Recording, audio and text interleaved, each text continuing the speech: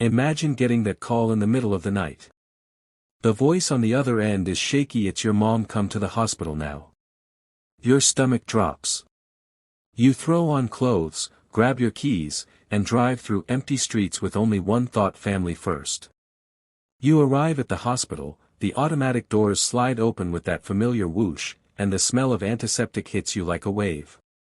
Fluorescent lights buzz overhead, everything feels cold and urgent. You walk those long corridors counting the floor tiles, preparing yourself to be strong for them. You finally reach the room. Your parents are there, looking smaller than you remember, machines beeping softly, for lines running like silent accusations. Your mom reaches for your hand the moment you step in.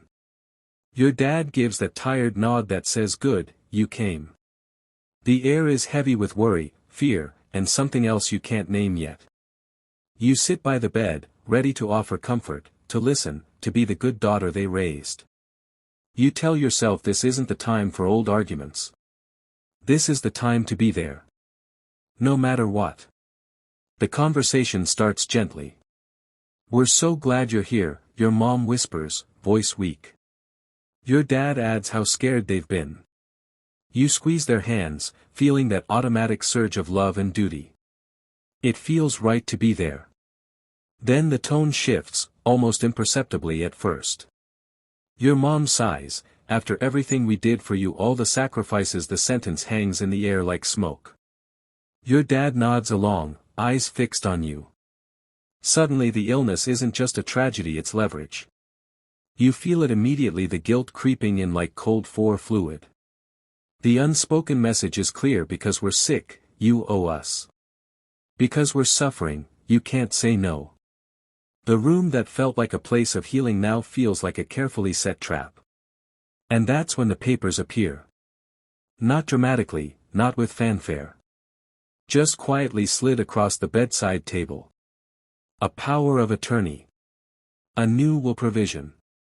Something that gives them control over decisions you fought your whole adult life to keep for yourself. No one says sign this or you're a bad daughter. They don't need to. The beeping monitors do it for them. The frail hands. The tired eyes that suddenly sharpen when they see you hesitate. It's masterpiece-level emotional blackmail, wrapped in hospital gowns. You pick up the documents. Your hands don't shake, they're steady from years of holding retractors in surgery. But inside, something twists. This isn't new. This is the same pattern, just wearing a hospital bracelet now. You realize this visit wasn't just about support.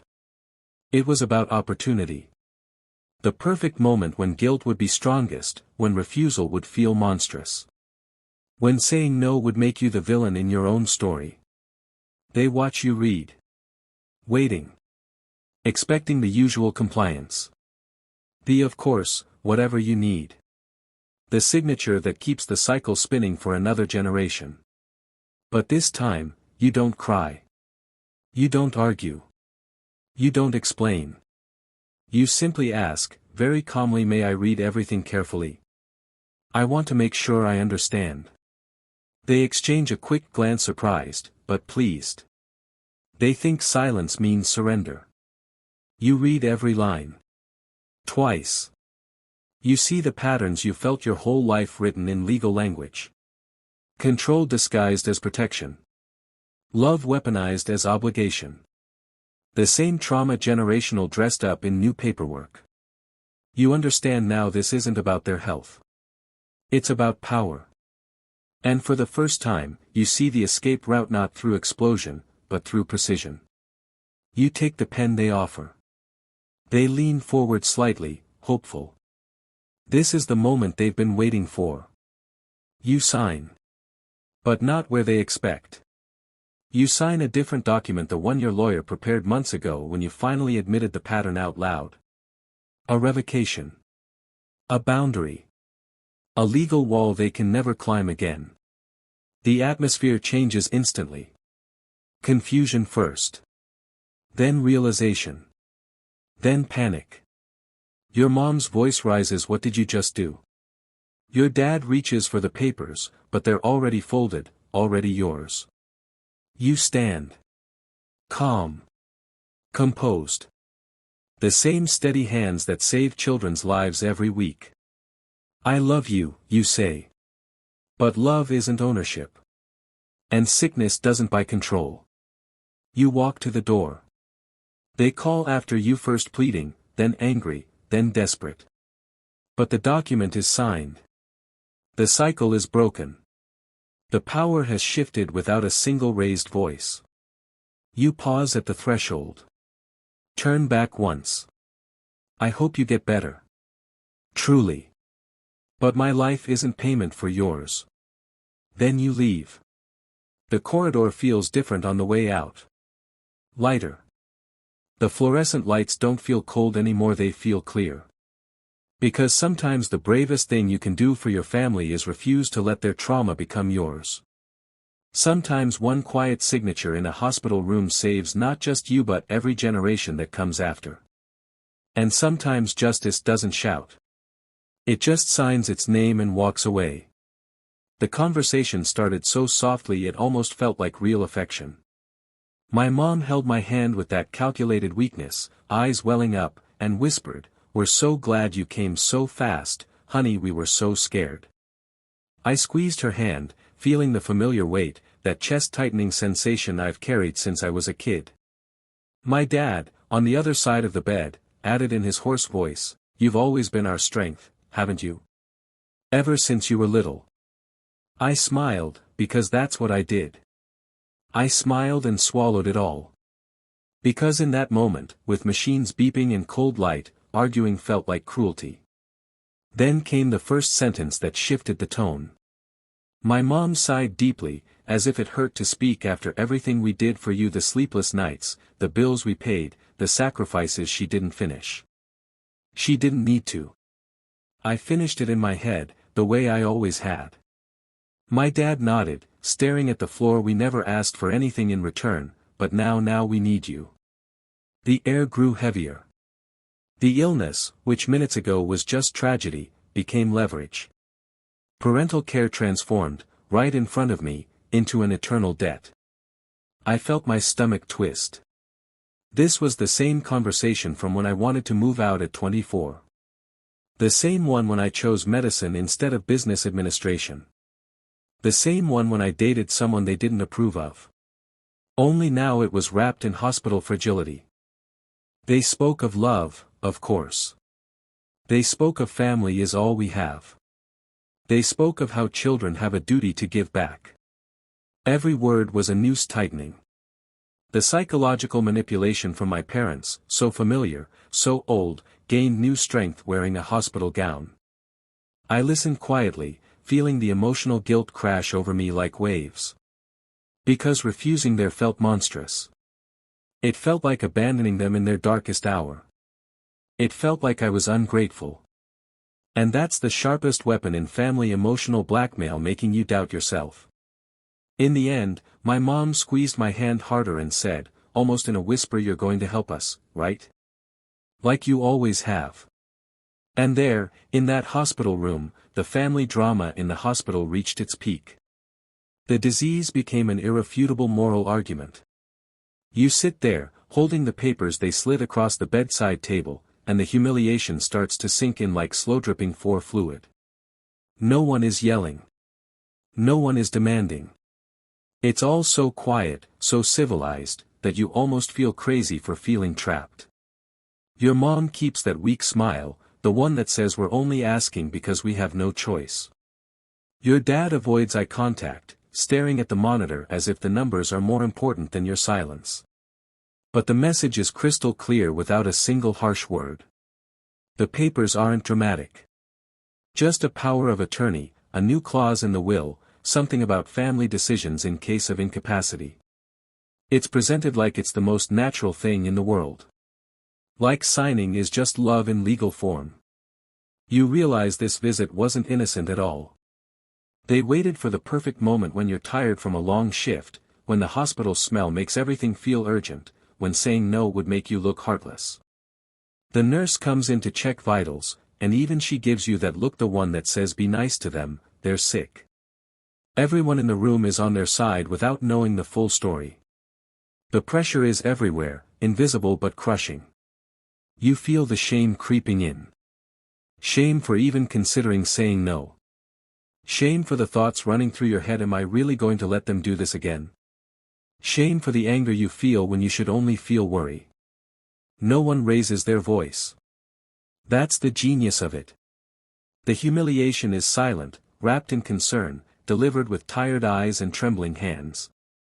It's abuse emotional familiar at its most refined, making you feel like the bad one for wanting boundaries. And the worst part? You almost sign. Almost. Because that's what good daughters do. That's what you've always done. The cycle feels unbreakable in that moment, the weight of generational trauma pressing down like gravity. She doesn't cry. That's the first thing they notice. No tears, no trembling voice, no immediate of course ill sign. She just sits there, papers in hand, breathing slow and steady like she's counting seconds between heartbeats. Her mom shifts in the bed, expecting the usual flood of emotion. Her dad clears his throat, ready to add another layer of pressure. But nothing comes. The room that was filled with their quiet urgency suddenly feels too big. She asks, calm as anything, can I have a few minutes to read this carefully? Her voice is soft, professional, the same tone she uses when explaining a diagnosis to worried parents. No anger. No drama. They exchange a quick glance. Relief flickers across their faces. They think the silence means surrender. They think she's processing, preparing to do the right thing. They've seen this before, it always ends with her giving in. But she's not processing guilt this time. She's reading every line, every clause, seeing the pattern laid bare in black and white. The control disguised as care. The love with strings attached. The generational trauma spelled out in legal terms. She flips a page. Then another. No rush. No fidgeting. Just the sound of paper and the steady beep of the monitor. The suspense hangs thick, her parents waiting, expecting tears or agreement any second. Inside, something shifts. Not rage. Not even sadness. Just clarity. Cold, sharp clarity. The kind that comes after years of fog. She sees the cycle for what it is. And for the first time, she sees the way out. They start to get uncomfortable. Her mom tries a small prompt, it's pretty straightforward, honey, but she doesn't look up. Just keeps reading. The quiet stretches. The power dynamic tilts without a single word spoken. She closes the folder with the papers and places it back on the bedside table, exactly where it was. No slam, no dramatic gesture. Just a quiet, deliberate movement that makes the room feel suddenly smaller for them. In that moment, she understands this isn't just about one document. It's the same pattern repeating itself, generation after generation. Control disguised as care. Love with conditions. The generational trauma dressed in new hospital clothes. She sees it clearly now, the way her mother's fragility has always been a tool, the way her father's silence has always been complicity. This isn't new. It's just louder because of the beeping monitors and 4 lines. She thinks about her own future children, ones she hasn't even had yet. She imagines them in this same room years from now, facing the same pressure, the same guilt. The thought makes her stomach turn, not with anger, but with resolve. This is the moment she chooses herself. Not out of spite. Not out of rage. Out of love for the version of herself that deserved better, and for the children who will never have to face this. She knows screaming won't work. Walking out in tears won't work. They've seen those reactions before and know how to weaponize them. No, this needs precision. This needs strategy. This needs something they can't argue with. She remembers the conversation with her lawyer 6 months ago, when she finally admitted the pattern out loud. If they ever try this, Caroline had said, well, be ready. And they are. The document is already prepared. Waiting. She breathes in the antiseptic air and feels, for the first time, completely calm. The power isn't in refusing dramatically. The power is in choosing differently and making it stick. Topic 5. Complete 8 paragraphs of approximately 9 lines each. What did you think, my love? She reaches into her bag and pulls out a second envelope, the one her lawyer prepared months ago, the one she's carried like a secret shield ever since she admitted the pattern to herself. Her parents lean forward slightly, thinking it's their document she's about to sign. The hope in their eyes is almost painful to watch. They believe the silence, the calm reading, the lack of fight means victory. She opens her envelope instead. Slides out a single sheet. A revocation of power of attorney. A declaration of independence. A legal boundary that severs every string they've ever attached to her life. She places it on the bedside table next to theirs. The contrast is stark, their thick stack of control versus her one clean page of freedom. She picks up the pen they offered. They hold their breath. This is the moment they've waited for. The moment obedience wins again. She signs. Not their document. Hers.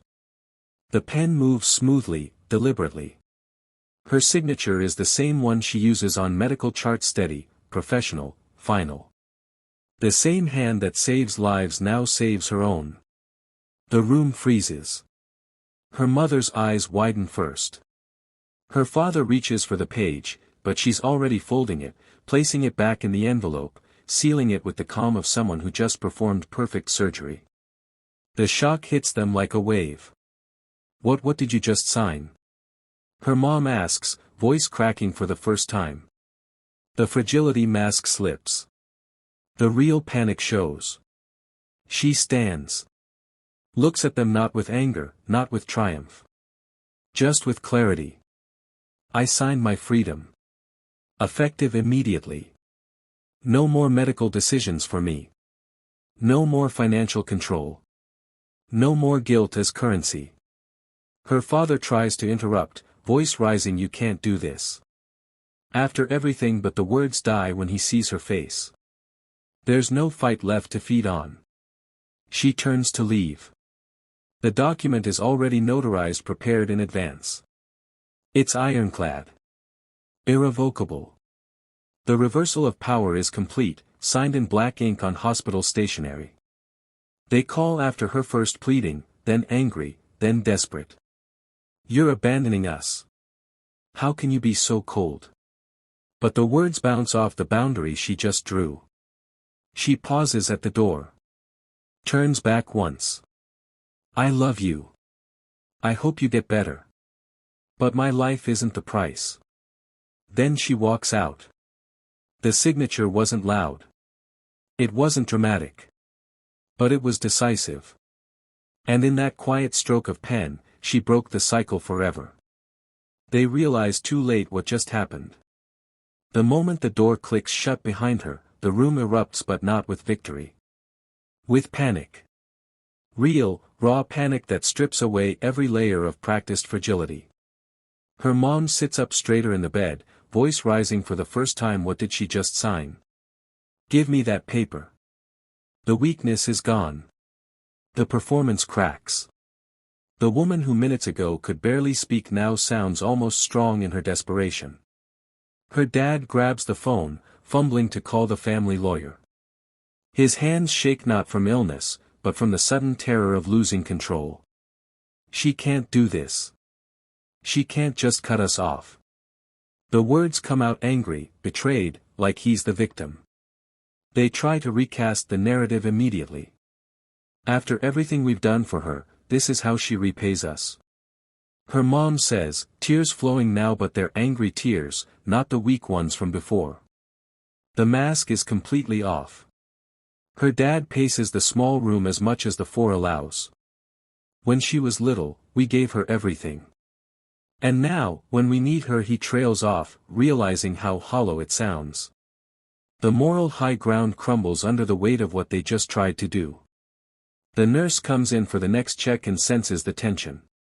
They try to pull her into it. Our daughter just did something terrible, but even the nurse steps back, uncomfortable.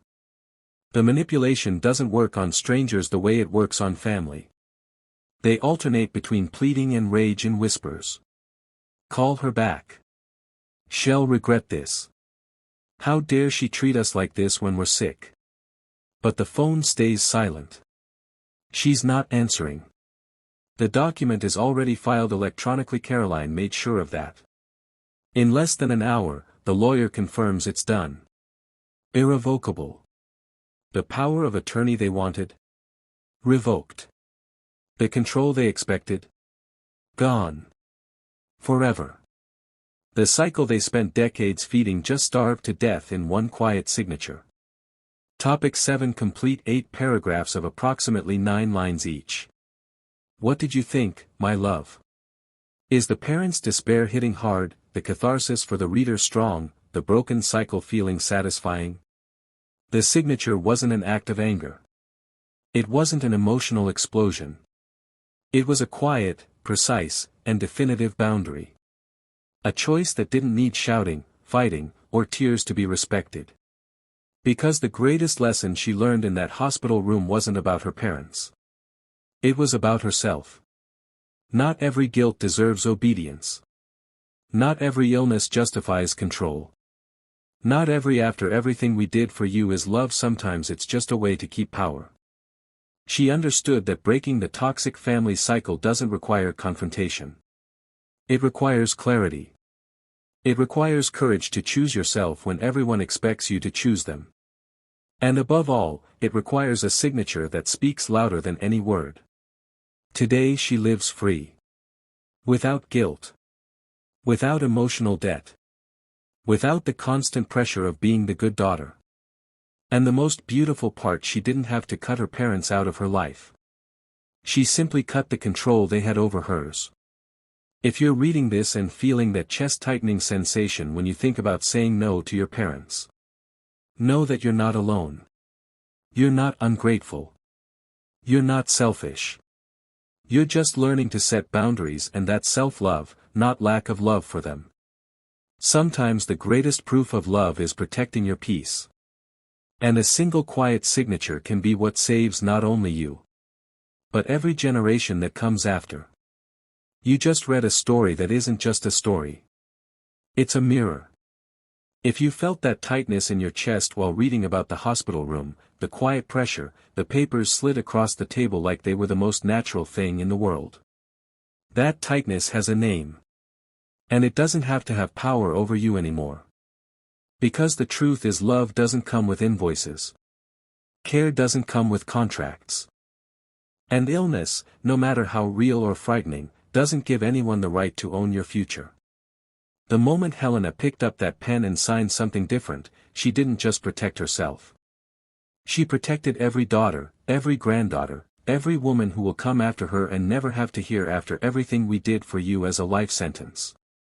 So hey race, my question to you today. What cycle are you ready to break? What yes have you been saying out of guilt that's slowly stealing your peace? What single, quiet boundary could you set that would change everything, not with a fight, but with a choice? You don't need a hospital room to do it. You don't need a dramatic moment. Sometimes all it takes is one calm decision, one clear no, one signature, literal or metaphorical, that says, "My life belongs to me." If this story moved you, made you cry, made you feel seen, do one thing for me and for yourself. Hit that subscribe button right now, turn on notifications, and join this family of women who are learning, one story at a time, that we are never obligated to carry someone else's chains. Because next week, there's another story coming. Another woman who refused to be less. And I don't want you to miss how she did it. You deserve to know you're not alone. You deserve to know there's a way out that doesn't destroy you. You deserve to know that saying no to manipulation can be the most loving thing you ever do for them, and especially for you. So take that step today. Subscribe. Stay. And let's keep breaking cycles together.